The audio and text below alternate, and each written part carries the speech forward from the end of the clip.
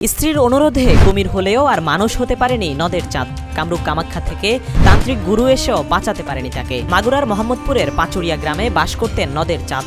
দীর্ঘ 10 বছর কামরূপ কামাখ্যাতে এক নারীর কাছে জাদুবিদ্যা শেখেন। এই জাদুর বলেই নদের চাঁদ কুমির হতে পারতেন, তবে কুমির হতে নিষেধ করেছিলেন তার তান্ত্রিক গুরু। স্ত্রীর মন রক্ষা করতে যে ওনার শেষ নিঃশ্বাস ত্যাগ হয়ে যায়, তিনি আর কুমির থেকে মানুষ হতে পারলেন না। তান্ত্রিক গুরুর কথা মান্য করে সব ধরনের জাদুবিদ্যা দেখালেও কোনোদিন কুমির হননি। স্বামীর এমন অলৌকিক ক্ষমতার কথা জানার পর নদের চাঁদের স্ত্রী সরলা বায়না ধরেন স্বামীকে কুমির রূপে দেখবেন।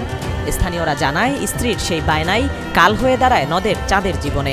কামুকের দেশে চলে গেছে, যাই আনে যাই আর চারজনকে মা কইছে, মা কইয়ে সাইন্স জাদুবিদ্যা শিখে টিহে আজকে সেইটি চালান দিয়ে পাঠাই দিয়েছে দেশে, যাও তুমি এই দেশে যাইয়ে সবটা অতি পারবা করতে পারবা, কিন্তু কুমির হইও না। ও বাড়ি আইসে বোর কাছে গল্প টল্প করিছে, গল্প লিফারা বউকে আর কি কইছে যে দেখো তুমি তো আমার স্বামী, তুমি সবটাই শিখছো, তাই দেখছি, কিন্তু কুমির তো আমি দেখি নেই। তা তুমি কুমিরে যদি আমারে না দাও তাহলে দোজকে যাবা।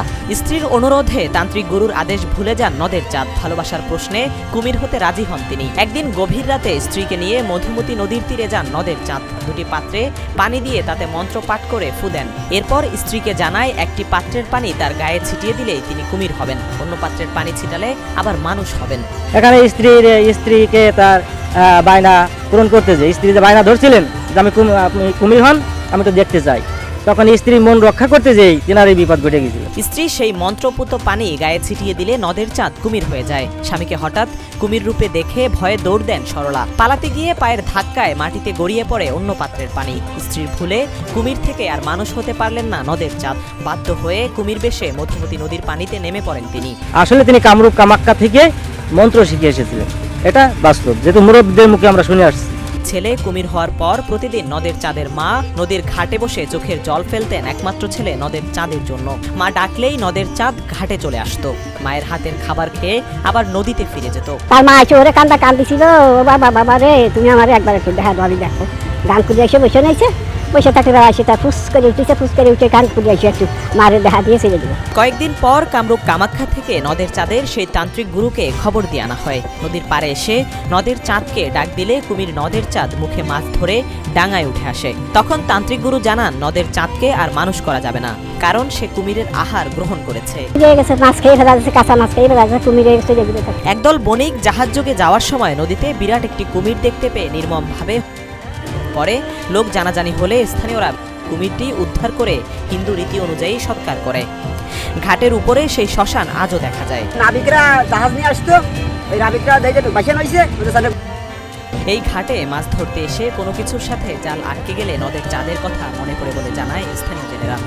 আমরা যখন মাছ টাছ মারে কুমির উঠলেই ওই নদের চাঁদের গল্পটা ভাসে যায়, ভাসে ওঠে মনে এই ঘাটে তো নদের চাঁদ কুমির হয়ে। তবে নদের চাঁদের এই গল্পটা কল্পকাহিনী মনে হলেও বর্তমান প্রজন্ম সত্যি বলে মনে করছেন। আর অতীতের এই গল্পগাথা তরুণ সমাজের কাছে তুলে ধরতে জায়গাটি সংরক্ষণের দাবি জানায় স্থানীয়রা। আমরা ভবিষ্যৎ প্রজন্ম মনে করি এটা গল্পটা এবং কাহিনী পুরোটা সত্য, এবং এর কিছু স্মৃতি ধরে রাখার জন্য এখানে কিছু সংস্কার প্রয়োজন, যাতে ভবিষ্যতে লোকজন জানতে পারে এই বিষয়ে। ইতিহাসের স্বাক্ষর ধরে রাখতে সরকারি উদ্যোগ গ্রহণ করা হয়েছে বলে জানান মাগুরা জেলা প্রশাসক ওহিদুল ইসলাম। যে স্থানটাকে নদের চাঁদের ঘাট হিসেবে চিহ্নিত করা হয়েছে, ওখানে আমাদের এই বছরেই আমরা একটা প্রকল্প নিয়েছি, জেলা পরিষদ এবং উপজেলা পরিষদ মিলে ওখানে একটি ঘাট করা হবে, যাতে আমরা সেই যে ঐতিহাসিক যে স্থান আছে সেই স্থানটাকে আমরা চিহ্নিত করে রাখতে পারি এবং এখানে মানুষ যাতে এসে বিনোদনের একটা আমেজ উপভোগ করে। তো আশা করি কিছুদিনের মধ্যেই হয়তো আমরা ঘাটটা সম্পূর্ণ করতে পারলে এই নদের চাঁদের ঘাট একটা ঐতিহাসিক স্থান হিসেবে যেমন আছে, তেমনি মাগুরার তাছাড়া সম্প্রতি আশেপাশের যারা আছেন এই জেলাগুলো থেকে প্রচুর